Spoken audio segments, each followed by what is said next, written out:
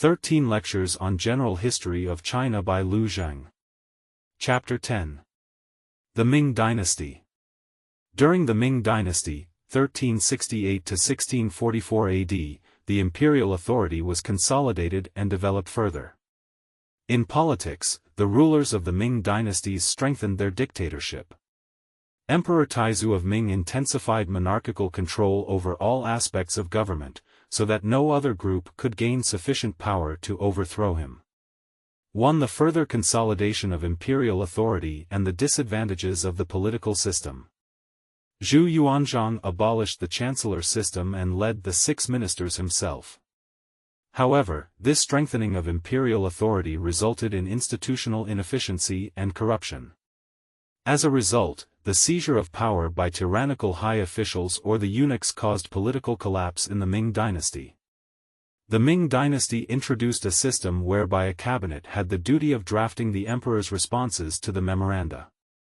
Through this means, the emperor took charge of handling state affairs.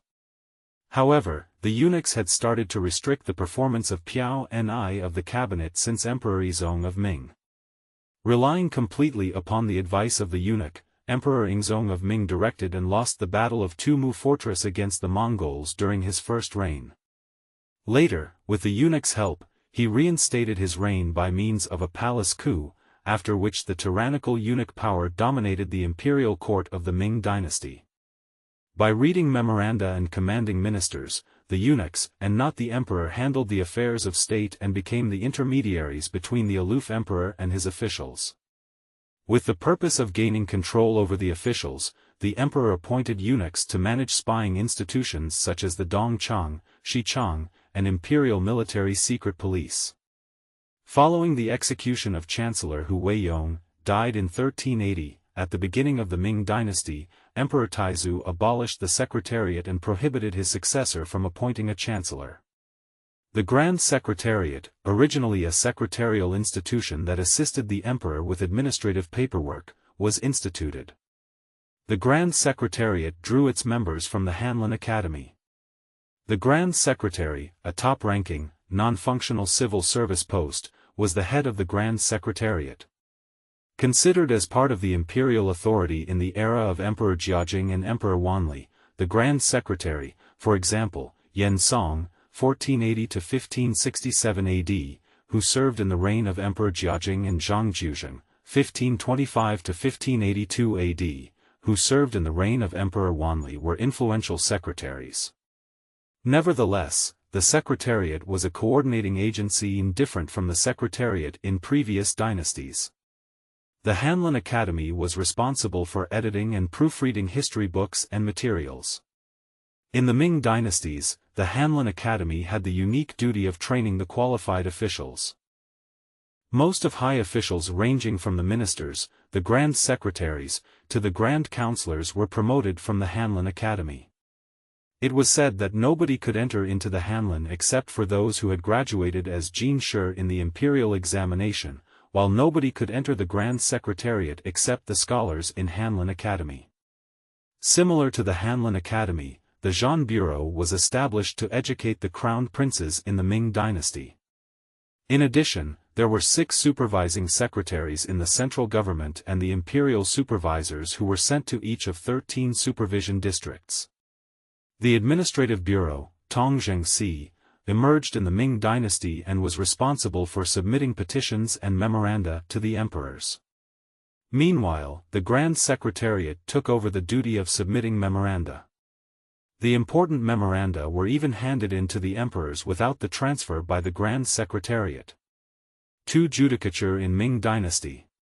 Emperor Taizu of Ming oversaw the compilation of the laws of Great Ming, including 30 volumes which were categorized by the institutions of the 6 ministries.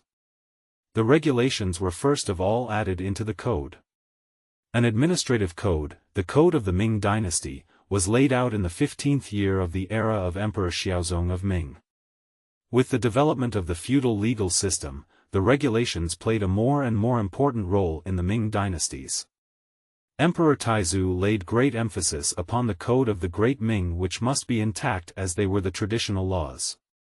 Therefore, The regulations had been stipulated eventually in order to offset the loopholes in the traditional laws since Emperor Xiaozong of Ming as the subordinate statutes at the beginning. In order to avoid the malpractice of the reign of the Yuan dynasty, Emperor Taizu applied the legal principle of utilizing cruel criminal laws and harsh punishments to achieve the social order. Despite the Code of the Great Ming, the Grand Edicts was laid out as the formal legal authority by which the emperor's summonses and edicts achieved systematic position in the Chinese legal system. Emperor Taizu expected everyone to obey his rule and was infamous for killing many people by his summonses during his purges and elimination of the historical posts. In the Hu Weiyong and Lan Yu cases, he ordered the execution of the founding members of the empire who were allegedly trying to usurp the throne.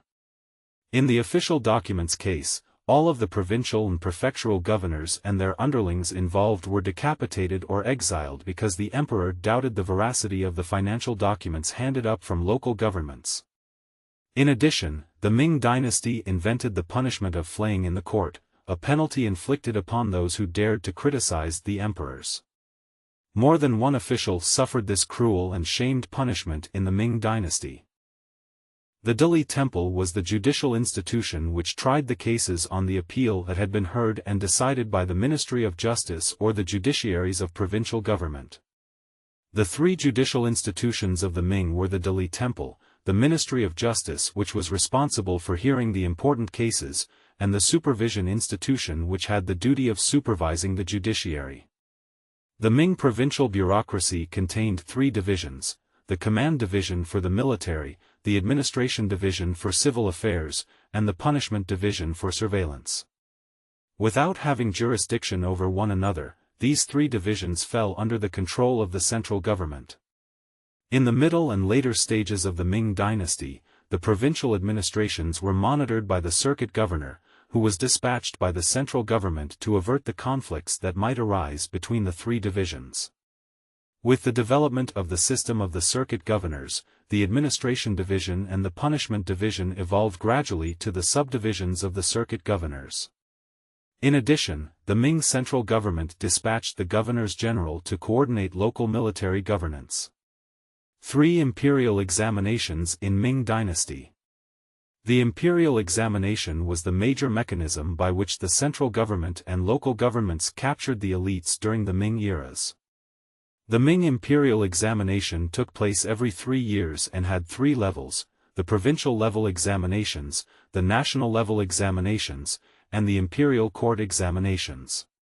The imperial examination was held according to a very strict procedure. The inspectors and invigilators would close the door of the examination compound as soon as the examiners had entered. No candidate could enter or leave without permission.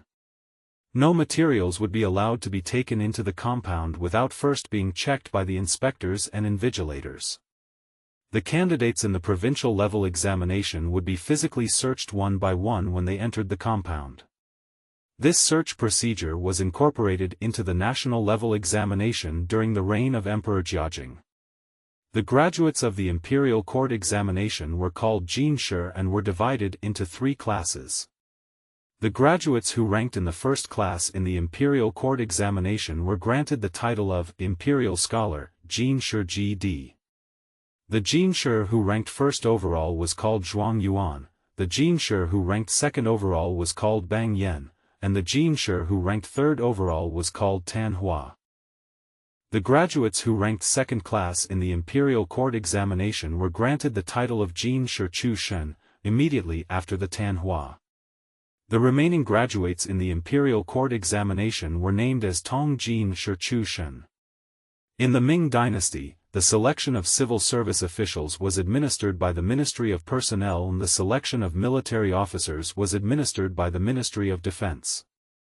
Civil service officials would not be recruited by governments until after the selection held by the Ministry of Personnel.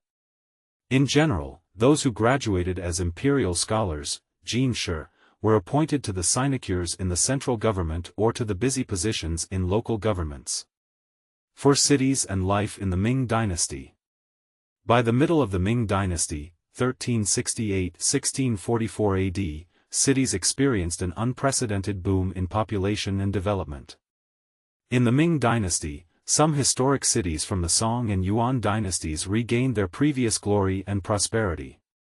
The villages and temporary markets rapidly expanded to house hundreds, thousands, and even tens of thousands of residents. A vast network of cities was formed. Among all of the newly built cities, there were not only plenty of commercial cities that functioned mainly as trade centers, but more importantly, towns that specialized in handcraft industries also emerged. During the Ming Dynasty, as in the past, rice was the major foodstuff in southern China, while wheat was popular in northern China. Thus, the sweet potato became the major supplementary food in Guangdong, Fujian, Zhejiang, and Jiangsu provinces by the end of the Ming Dynasty, while maize became the major food crop of the mountainous areas along the upper and middle reaches of Yangtze River, especially near the Han River mountainous areas. In the Ming Dynasty, normally 110 households were considered as a li, an administrative unit. Among the 110 households, the top 10 populous and wealthy families were selected to be the leaders for this li. Another 100 households would be divided into 10 jia, and 10 leaders would be assigned to each jia.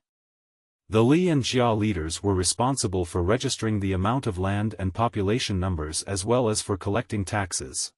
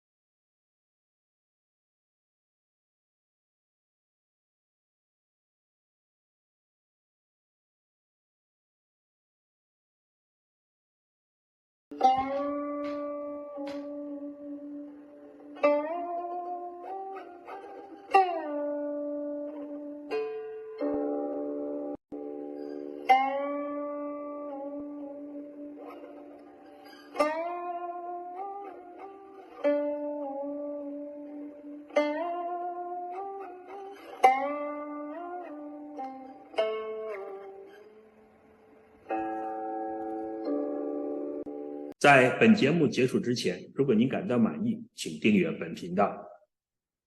您的订阅就是对我每天努力制作节目的最大支持。